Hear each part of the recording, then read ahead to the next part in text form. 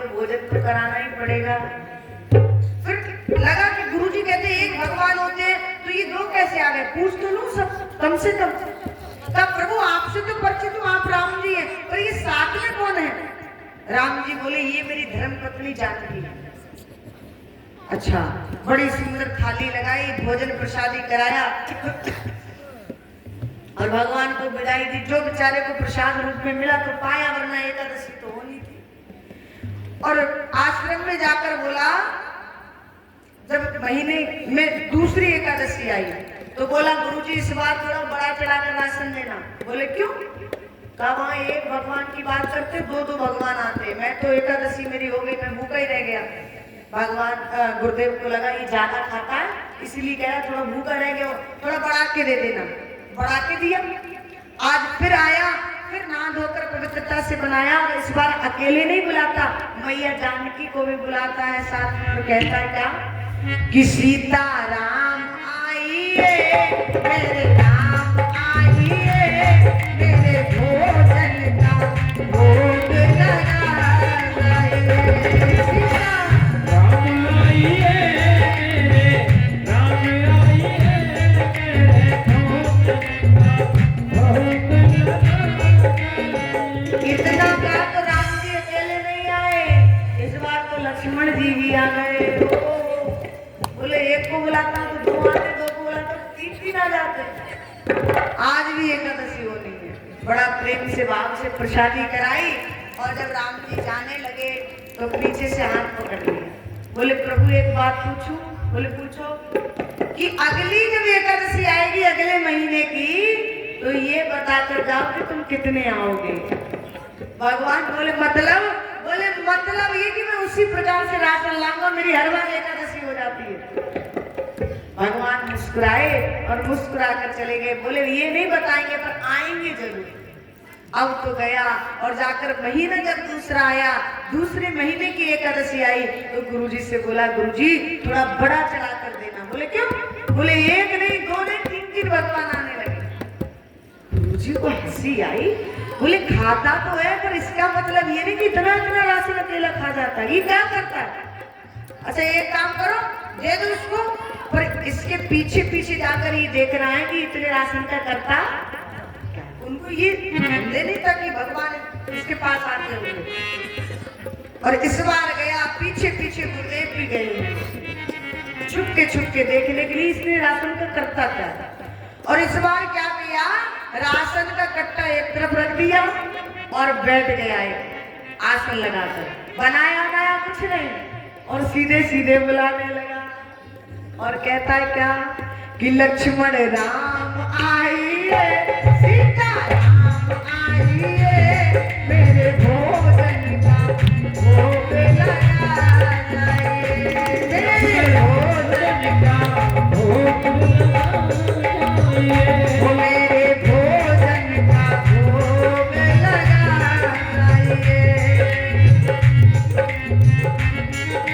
इतनी गई ना तो महाराज इस बार एक नहीं दो नहीं तीन नहीं पूरा राम दरबार प्रकट हो गया। अब तो देखा पूरे लंका पूरे खानदान को उठा लाया। लक्ष्मण जी तो साथ में थे ही थे, भरत शत्रुघ्न और एक तो वो है ही उनके हनुमान जी महाराज, वो भी आ गए साथ में। राम जी बोले भक्त क्या बात है, आज बड़ा सुनसान सा मामला दिखाई दे रहा, भोजन लगाओ ना। बोले प्रभु मैंने भोजन बनाया नहीं। क्यों? बोले इसलिए नहीं बनाया कि मैं क्यों बनाऊं, भाई मैं बनाता हूं मुझे मिलता ही नहीं है। देखो वो रखा है आटा, वो रखी है दाल, बनाओ और खाओ, बचेगा तो पालो, वरना मेरी तो वैसे भी एकादशी होती है, मैं वैसे ही बनाते बनाते पागल हो जाता हूँ। सब कुछ रखा है बनाओ और पाओ, बचेगा तो मिल जाएगा, वरना एकादशी तो। राम जी को हंसी आई, कितना भोला है ये, इतना भोला भक्त था। प्रभु ने तुरंत आदेश दिया जानकी जी को, देवी जाओ और जाकर के रसोई को तैयार करो। साथ में हनुमंत लाल मैया के लगे, मिलकर के मैया ने और हनुमान जी ने दोनों ने मिलकर रसोई तैयार की और अपना जाकर बड़ी दूर नदी के किनारे बैठ गया। बोला मेरी तो एकादशी, क्योंकि जानता था मिलता तो कुछ है ही नहीं इस बार तो बिल्कुल नहीं मिलेगा, क्योंकि पूरा खानदान आ गया। सबसे पहले जब रसोई तैयार हुई, थाली जब निकाली, आज मैया ने भोजन नहीं किया। मैया ने देखा मेरा भक्त बड़ी दूर जाकर बैठा। माँ जानकी जी राम जी सहित थाली ले जाकर के समक्ष पहुंचे और कहा, भक्त लो हम भोजन बनाकर लाए हैं, अब भोजन प्रसादी पा। कहते नहीं आप लोग पालो, अगर प्रसाद में कुछ बचेगा तो पालूंगा, वरना कोई बात नहीं। कहा नहीं, जिस प्रकार से आप हमें भोजन बिना कराए, बिना प्रसादी किए आप नहीं पाते थे, आज हमारा भी ये प्रण है, जब तक आप भोजन नहीं करोगे हम कोई भोजन नहीं करेंगे। ये दृश्य गुरुदेव को दिखाई नहीं दे रहा था, केवल भक्त दिखाई दे रहा था और सामग्री दिखाई दे रही थी। भगवान के दर्शन गुरुदेव को नहीं हो रहे थे। गुरुजी ने आवाज लगाई, पुत्र क्या बात है, जितना समय हो गया आपने भोजन नहीं बनाया? कहा गुरुदेव देखो ना सही, आज माँ जानकी मेरे समक्ष थाली लेकर खड़ी है और कहती कि भोजन करो। बड़े प्यार से भोजन कराया। गुरुदेव ने कहा पुत्र मुझे आपके दर्शन तो हो रहे हैं, पर जानकी के और राम जी के दर्शन मुझे नहीं हो पा रहे। भोजन कराया। भोजन कराने के बाद में राम जी ने कहा कि भक्त हम तेरी भक्ति से प्रसन्न हैं, तेरी सरलता से प्रसन्न हैं, तुम वर मांग लो क्या चाहिए। निवेदन किया, प्रभु आपने मुझे तो दर्शन दे दिए, पर मेरे गुरुदेव को आपके दर्शन, अब आप मेरे गुरुदेव को दर्शन दे दीजिए। भगवान ने कहा, हे भक्त वैसे तो तुम्हारे गुरुदेव तुमसे ज्ञानी हैं, आयु में भी बड़े हैं, योग्य भी हैं, पर जो भाव, जो प्रेम, जो सरलता, जो धैर्य, जो नम्रता आपके अंदर है, वो आपके गुरुदेव के अंदर नहीं है। भगवान किसके भूखे हैं? भाव के और प्रेम के। बोली बांके बिहारी लाल की। आज की कथा में यही विराम देते हैं, क्योंकि समय हो चुका है। कल दिन की कथा का समय वही रहेगा, 12 बजे से 4 बजे तक का।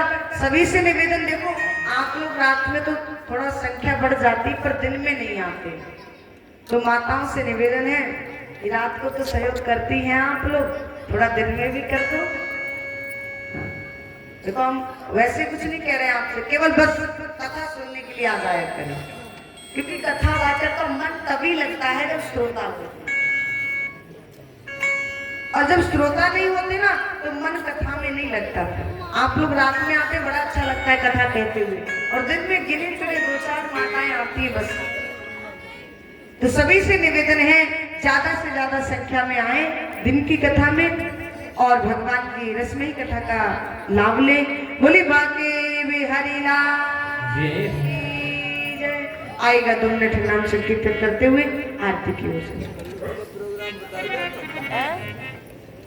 जिनका कल रात को शिव विवाह कराएंगे। हाँ, रात को सही रहेगा ना शिव विवाह, तो दिन में तो संख्या ही कम आती है। हाँ, दिन में ठीक है। कल रात में कराएंगे तो आप लोग जो है थोड़ा अधिक संख्या में, हम कल दिन में ही बता देंगे, अभी से बताएंगे तो भूल जाओगे आप। बोली बांके